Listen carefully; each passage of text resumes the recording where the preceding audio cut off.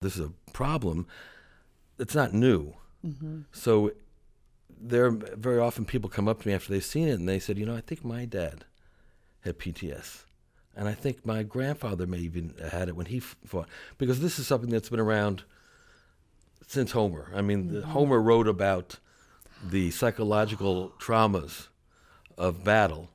And we used to call it, I think in the 17th century, the French called it maladie du pays, which was like a homesickness.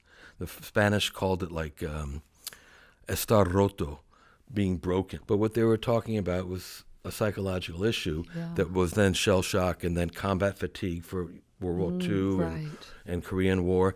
And only like in 1980 did PTSD become actually a term that we realized probably a third of Vietnam veterans went through. And we just didn't know. Yes. So that's We didn't know, and we sure. ignored it, Right. and we treated veterans so horribly. I mean, after World War I, very often after every war, there is a increase in crime from returning veterans. It's documented this is the case.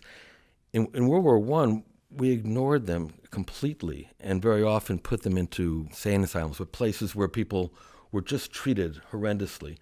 Wow. It was the beginning, actually, of the GI Bill. Started actually originally the beginning embryo of it started after World War I, to be finalized after World War II. But this has been around for a long, long time and ignored for a long, long time, either because of the stigma. Veterans feel that they don't want to be known for it, obviously. It affects their careers as soldiers.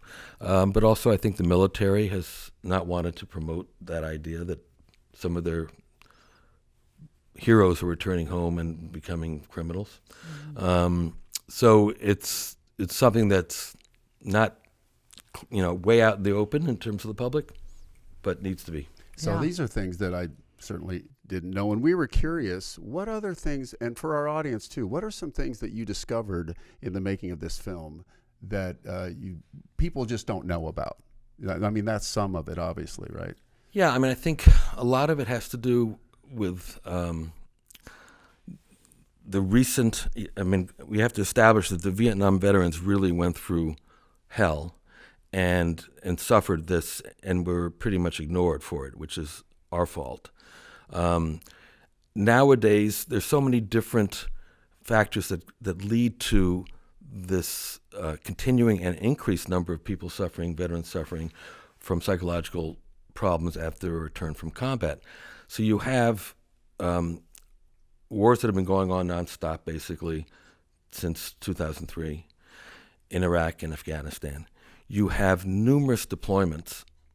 So veterans who have done numerous deployments, and there's proof that with every increased deployment, the greater chance of some kind of psychological trauma from combat. You have the ability nowadays to, because of the medical advances, you can get into the field of combat and save soldiers who used to pass away and die. Those people are coming back with traumatic brain injuries or severed legs, or having seen horror in combat, but saved themselves because we're able to evacuate them so quickly and deal with them actually even on the field with medical advances. So all these factors are kind of adding to making this actually something that's not just a small issue, but something that's actually, as we bring soldiers home from Iraq and Afghanistan, it's going to only be more and more young men and women who are coming back with traumas. Yeah, and here we want to bring in someone who was in one of your subjects of your documentary, Mark Stillion, and we're going to show a clip with him in your film right now before we bring him in. Great. The first deployment was very intense. It was very, I was blown up a couple times. I hit a couple IEDs, roadside bomb, basically. I don't really talk about much of it. I don't even like to think about it, let alone talk about it, really. I've experienced, firing a main gun round into a group of military-age males and destroying a target that way.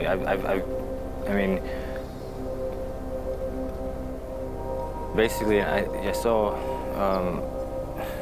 war. I saw war at the front line. I do hereby publicly honor and commend Lance Corporal Mark Allen Stillion for his service to our nation in the United States Marine Corps. After the Marine Corps, I took on contracting jobs with the Department of Defense, and I went the first time and I felt more comfortable in Iraq than I did back at home. I felt like